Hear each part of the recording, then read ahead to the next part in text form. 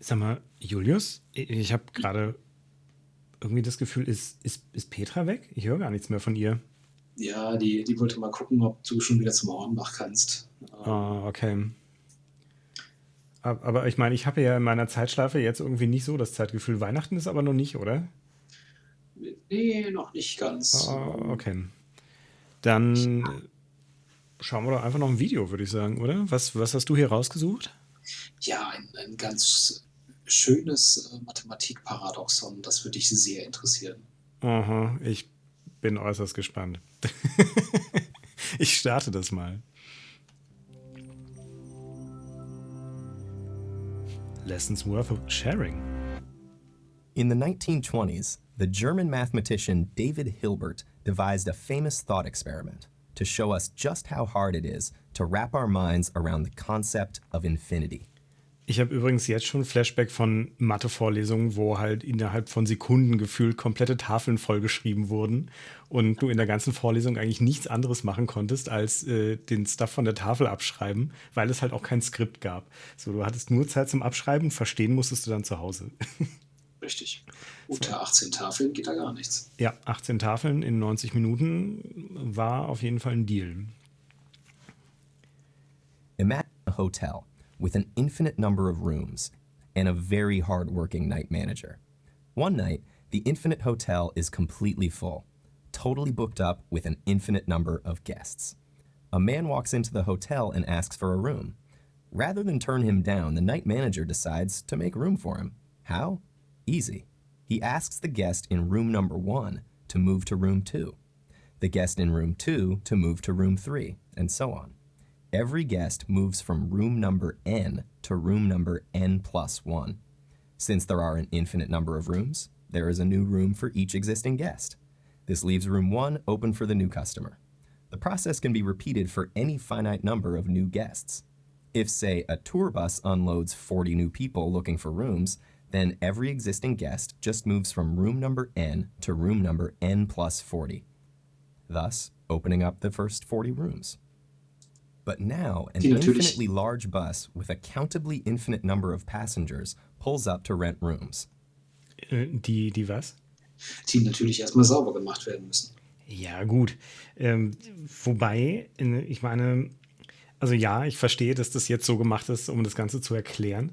Aber theoretisch könntest du ja auch einfach, ja, ich wollte gerade sagen, du könntest sie auch theoretisch ja einfach in den N plus 1, N plus 2, N plus 3 Raum einfach packen. Halt ohne sämtliche Leute zu moven. Aber fürs Verständnis, also ich habe lustigerweise neulich so ein ähnliches Video gesehen, wo es prinzipiell darum ging, dass du aus einer Sphäre, also aus einer Kugel, quasi nochmal die exakt gleiche Kugel machen kannst, ohne Masse dazu oder näher Masse weiß ich nicht, aber halt ohne, dass du weiter Volumen hinzugeben musst. Und es ging so in die ähnliche Richtung und ich glaube, das wird einfach super brainfucky. Ich glaube, sie machen es auch einfach so, dass die ganzen Gäste moven müssen, weil wenn du es hinten ran schieben würdest, die neuen Leute, könntest du nicht wirklich benennen, in welchen Raum sie kommen. Deswegen sagst du einfach, die gehen jetzt in Räume 1 bis 40 und der Rest wandert halt. Ja. Weil du dir das Ende von der Infinity nicht vorstellen kannst. Aber haben Sie nicht am Anfang oder hat er nicht am Anfang gesagt, dass es für jede beliebige Finite, also für jede beliebige endliche Nummer geht? Mhm. Das ist abzählbar unendlich im Deutschen. Na, okay. Wie heißt denn das im Englischen? Da gibt es auch irgendeinen Begriff für. Heißt es einfach Countable Infinity? Nee, Das kann schon möglich. Ich glaube, er erwähnt das auch noch im Laufe des Videos. Okay, ja, vielleicht gucken wir einfach mal weiter. Wir haben ja nicht mal also nicht mal ein Viertel. Countable infinite is the key. Now, the infinite bus of infinite passengers perplexes the night manager at first, but he realizes there's a way to place each new person. He asks the guest in room 1 to move to room 2. He then asks the guest in room 2 to move to room 4, the guest in room 3 to move to room 6, and so on. Each current guest moves from room number n to room number 2n, filling up only the infinite even-numbered rooms. By doing this, he has now emptied all of the infinitely many odd-numbered rooms. which are then taken by the people filing off the infinite bus. Everyone's happy and the hotel's business is booming more than ever. Ich habe auch hier schon wieder Flashbacks, allerdings nicht zu einer Mathe-Vorlesung, sondern tatsächlich zu meinem Job im Kino.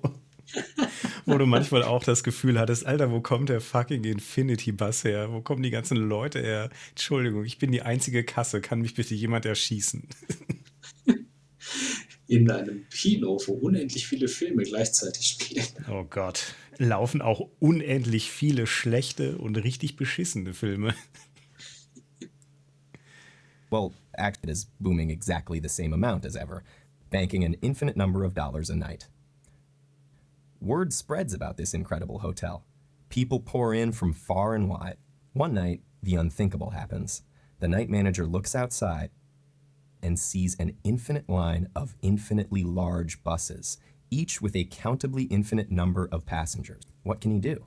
If he cannot find rooms for them, the hotel will lose out on an infinite amount of money, and he will surely lose his job. Luckily, he remembers that around the year 300 BCE, Euclid proved that there is an infinite quantity of prime numbers. So to accomplish this seemingly impossible task of finding infinite beds for infinite buses of infinite weary travelers, the night manager assigns every current guest to the first prime number, 2, raised to the power of their current room number. So the current occupant of room number 7 goes to room number 2 to the 7th power, which is room 128. The night manager then takes the people on the first of the infinite buses and assigns them to the room number of the next prime, 3, raised to the power of their seat number on the bus.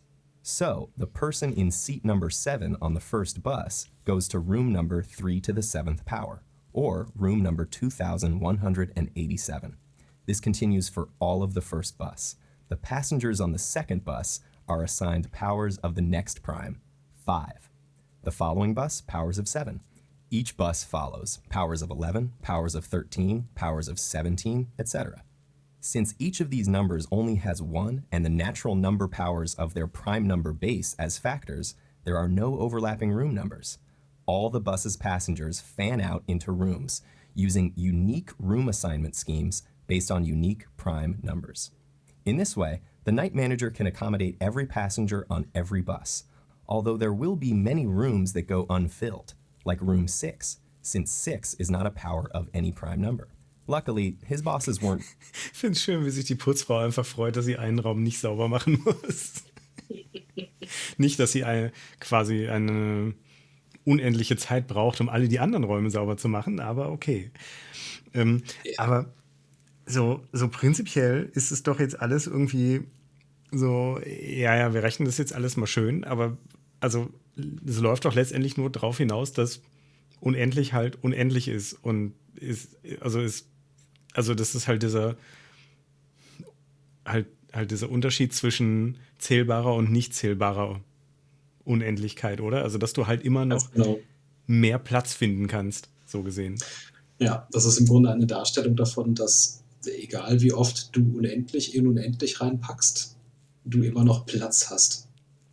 Ja. Also es immer irgendeinen Weg gibt, das zu machen. Aber was hier mit den Primzahlen passiert, ist ein ganz schöner Showcase für eine kollisionsfreie Aufteilung. Weil das, was er ja gesagt hat, ist, du nimmst einfach eine Primzahl als Basis und machst sie dann halt hoch irgendwas. Und dadurch, dass du immer eine andere Primzahl als Basis nimmst, hast du halt nie eine Kollision irgendwo drin. Das ist eigentlich ganz cool. Kannst du in der Informatik total gut verwenden, um irgendwelche Hashtables aufzubauen, theoretisch, wenn das nicht mittlerweile alle in Programmiersprachen von sich aus schon machen würden. Oh wait, das heißt, wie ist denn der richtige Begriff dafür, wenn du es hoch irgendwas nimmst? Exponentiation. Ja, genau. Das heißt, es gibt da, also es gibt keine zwei Primzahlen, die irgendwie hoch irgendwas dann zufällig auf den gleichen Wert landen? Ja. Jo. Weil die halt keine Faktoren miteinander gemeinsam haben. Stimmt, weil es halt Primzahlen sind. Damn. Aber könnte es nicht sein, dass die Zahl, auf der sie landen... Nein, kann es nicht. Oder? Dass die Zahlen, auf denen sie landen, irgendwie Faktoren miteinander, dass die gemein haben? Nee, Also, nicht wirklich, weil ähm, was du bei Exponentiation machst, ist ja nur die Primzahl mit sich selber mal nehmen. Das heißt, du hast stimmt. nur die Primzahl als Oh Faktor Gott, ja, und, stimmt. und den Exponenten. Ja, da merkt man einfach, dass ich mich ungefähr die letzten 10, naja, auch eher 12 Jahre nicht über die Grundrechenarten, Dreisatz- und Prozentrechnung hinaus mit Mathe beschäftigt habe. Einfach weil ich es nicht musste. Oh Mann. very good in math, so his job is safe. The night manager's strategies are only possible because while the infinite hotel is certainly a logistical nightmare, it only deals with the lowest level of infinity, namely the countable infinity of the Ja. natural numbers 1, 2, 3, 4, and so on. Georg Cantor called this level of infinity Aleph 0. We use natural numbers for the room numbers as well as the seat numbers on the buses. If we were dealing with higher orders of infinity, such as that of the real numbers, these structured strategies would no longer be possible, as we have no way to systematically include every number. The real number infinite hotel has negative number rooms in the basement, fractional rooms, so the guy Jetzt hat in er. room 1/2 Nein, always suspects he has less room than the guy. ich kann nicht pausieren. Okay. Egal. Aber das Higher Orders of Infinity, ne? Das ist Mhm. nicht einfache Unendlichkeit. Das ist erweiterte Unendlichkeit. Ich habe auch gerade so ein bisschen das Gefühl, dass mein Gehirn sich erweitert. Ich weiß nicht, ob das positiv ist. Er sieht auf jeden Fall nicht sehr glücklich aus in seinem sehr engen Hotelzimmer. Nee, das ist so ein bisschen Herr Riedmann-Style. Naja, könnte das Zimmer nicht theoretisch unendlich groß sein? Rein theoretisch ja. Ich glaube, was sie damit darstellen wollen, ist, dass das ist jetzt das Zimmer 1,5. Also wenn du anfängst, Ja, auf die reellen ja, Zahlen zu okay. gehen, Ja, also wenn du halt auf die reellen Zahlen einfach gehst, ja. die kriegst du halt nicht mehr irgendwo unter, weil das Problem bei den reellen Zahlen ist, dass zwischen zwei beliebigen reellen Zahlen unendlich viele reelle Zahlen sind. Richtig. Was übrigens extrem real ist diese echt hässliche Tapete. In room 1, square root rooms like room radical 2, and room pi, where the guests expect free dessert. What self-respecting night manager would ever want to work there, even for an infinite salary? But over at Hilbert's Infinite Hotel, where there's never any vacancy and always room for more, the scenarios faced by the ever-diligent and maybe too hospitable night manager serve to remind us of just how hard it is for our relatively finite minds to grasp a concept as large as infinity. Maybe you can help tackle these problems after a good night's sleep, but honestly, we might need you to change rooms at 2 a.m. Das Ende war schön.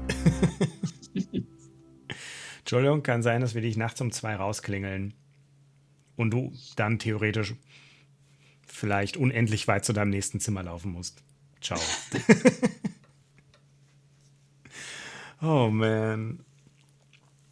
Oh Gott. Ich bleibe dabei, ich mag Zahlen, aber Mathe ist ein Arschloch. Total.